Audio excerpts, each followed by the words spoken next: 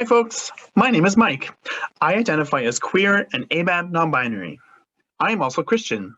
I grew up in the Mormon faith, but now I consider myself non-denominational Christian and spiritual. Being Christian can be tough. Being Christian and queer can be more tough. So today, I hope to help you out a bit, share a few lessons that help me discover, learn, and love me. So here is Discover, Learn, and Love, Lessons for Queer and Trans Youth by Mike Smith Consults. When I came out, I remember feeling so lost and confused. Was it normal what I was going through? Who can I trust to talk to? Where can I find reliable information? Though I definitely do not have all the answers, I have some suggestions that will help you on your path of self-discovery. My insights into queer and trans life have been impacted by my experiences with conversion therapy. Let's explore together what this is. Conversion therapy refers to any practice, treatment, or service designed to change, repress, or discourage a person's sexual orientation, gender identity, or gender expression, or to reduce to non-heterosexual attraction or sexual behavior. This can be in the form of counseling, group therapy, psychotherapy, psychiatric care, spiritual counseling, self-directed learning with prescribed reading materials, retreats, group meetings, forced dating of the opposite sex, forced behavioral modifications, and so on. Does this happen in Canada? Absolutely. Does this happen in churches? You bet. Does conversion therapy work? No. There is no credible research that supports the effectiveness of conversion therapy. Furthermore, the harms of conversion therapy are well documented, which include anxiety, depression, PTSD, self-harm, substance use, and suicide.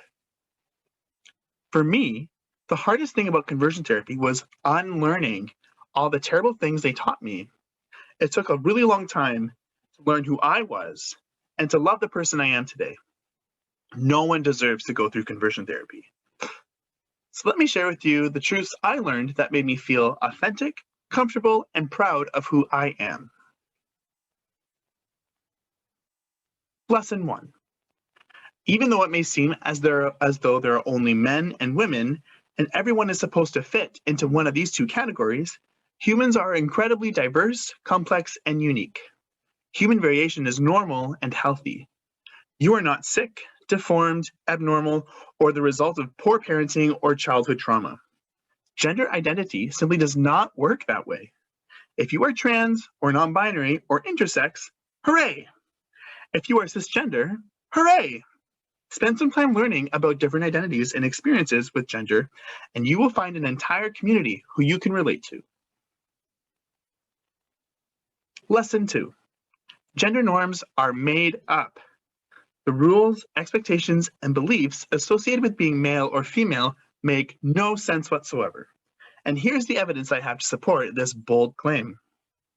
First, gender norms are constantly changing. Take the rules around hair and high heels, for instance. Gender norms today tell us that only women should have long hair and wear heels, but in 17th century France, it was men who were supposed to have the grand wigs and high heel shoes. And what about the 1970s? Disco dancing men wore heels too, and the men who had longer hair were thought to be more attractive. Gender norms are not fixed, and they change all the time.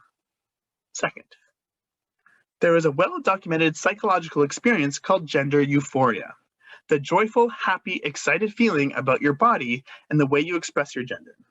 Gender dysphoria, on the other hand, the distress arising from the conflict between our gender identity and the assigned sex at birth, is extremely difficult to cope with, especially for trans folks.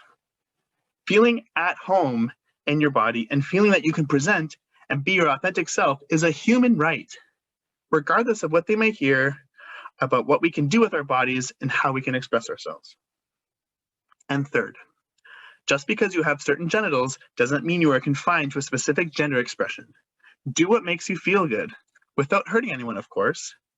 For me, I feel the most confident and powerful when I'm wearing heels with sickening makeup. What do you do to feel the most confident and powerful? Lesson 3. Sexual orientation is based on more than simply who you want to have sex with. Consider attraction on 3 separate levels: head, heart, and pants. There is intellectual attraction, who you are friends with, who you like to spend time with, who you find to be interesting, or who you have a lot in common with. Emotional attraction, who you would want to be as a partner, the people who you really have a connection with. And then there's sexual and physical attraction, who you think is hot, hot, hot. For me, I am intellectually attracted to every gender and every expression. I am emotionally attracted to mostly men, masculine folks, and masculinity. And I am sexually attracted to men, masculine folks, and masculinity. Lesson 4. Some people think that the emergence of queer and trans people happened in the late 20th century or is just a millennial phenomenon. This is just silly. We have evidence of gender and sexual diversity throughout the world in early indigenous societies. We have existed as long as humans have been alive, and we will continue to exist. Being queer and trans is not a phase or something we will grow out of. Nothing can prevent us from being who we are. Yes, there are folks who try to erase us, but as long as we speak our truths and share our stories, we will not be erased. Lesson 5. This is probably the most important lesson that I had to relearn. Just because we are queer and trans doesn't mean we have any less opportunity to be happy, have a fulfilling and satisfying life, and experience love. We can have all these things. Life may be hard at times, and it may feel like we have to overcome much more than our cisgender and heterosexual peers, but do not let anyone tell you that the quality of your life will be different just because you are different. In my opinion, we are free from traditional expectations regarding family, work, relationships, and so on. We are more free to do what makes the most sense to us as individuals. Find what makes you happy. Find your true, authentic self. And in doing so, you will also find people who will be drawn to you and love you.